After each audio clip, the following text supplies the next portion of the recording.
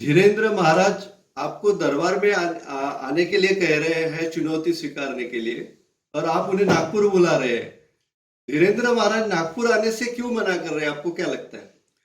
नहीं, सीधी बात है, ये हमारा पहला अनुभव नहीं है। इसके पहले कई बाबाओं को हमने चैलेंज किया है और वो चैलेंज में आए नहीं हैं, या फिर उन्होंने डेट देकर भी वो भाग गए हैं। जैसे पायलट बाबा थे, पायलट बाबा ने ये दावा स्वीकार किया था कि वो ऑक्सीजन विरहित अवस्था में, समाधि अवस्था में रह सकते, और हमने कहा था उनको केवल आधा घंटा रहिए एक कांच के 10 बाय 10 के रूम में।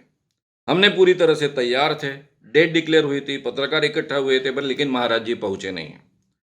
उसके पीछे का कारण ऐसा है कि ये लोग जो दावा करते हैं वो दावा सच नहीं है, इसकी उनको कल्पना होती है। इसके पीछे किसी टेक्निक का उपयोग करते हैं, इसकी उनको जानकारी होती है। और जिस ढंग से मैंने फ्रॉड एंड प्रूफ कंडीशंस रखी है सामने, उनके ध्यान में आता है कि हम उस टेक्निक्स का यहां उपयोग नहीं कर पाएंगे। यहां दूध का दूध, पानी का पानी होने वाला है। बाकी लोगों की कितनी भी श्रद्धा हो, विश्वास हो, लेकिन उनको पता होता है कि ये कहां तक सच है, कहां तक सच नहीं है।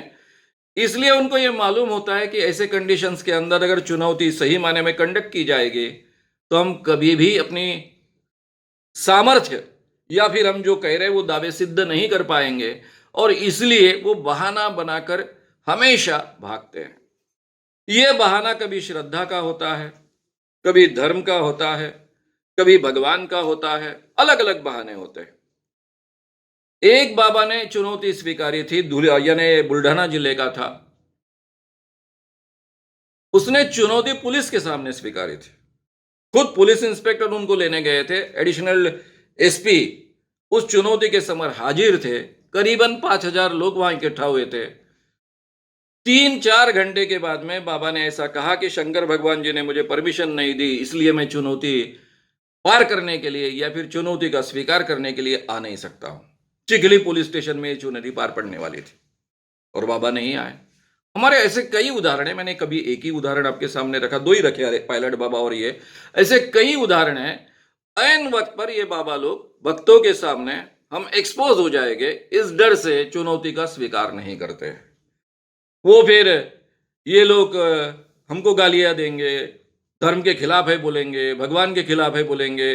ऐसे कई बातें कहकर वो अपना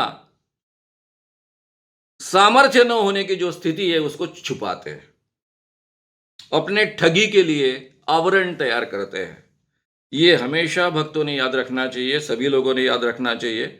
महाराज अगर ये वैज्ञानिक प्रक्रिया के आधार पर फ्रॉड एंड प्रूफ कंडीशंस के तहत ये चुनौती स्वीकारते नहीं है और उसको पार नहीं करते हैं, ये चुनौती की प्रक्रिया पूरी नहीं करते हैं, तो आप मान लीजिए कि उनमें कोई दिव्य शक्ति नहीं है, इसीलिए ये ऐसा कर रहे हैं। क्योंकि दिव्य शक्ति आज तक दुनिया में सिद्ध नहीं हुई है। मेरी जहां तक जानकारी है वहां तक मुझे ये भी मालूम है, ये जो इंट्यूशन है, टेलीपैथी है, क्लेरोवायंस है, इसकी जांच के लिए अमेरिकन मिलिट्री का एक स्वतंत्र डिपार्टमेंट था, रशियन मिलिट्री का एक स्वतंत्र डिपार्टमेंट था। कई सालों तक उन्होंने अनुसंधान किया और उसके बाद में उसमें से कुछ मिला नहीं, इसलिए उन्होंने उसको बंद कर दिया। अगर इतनी बड़ी दिव्य शक्ति किसी के पास है तो उसका उपयोग देश की सुरक्षा के लिए हो सकता है।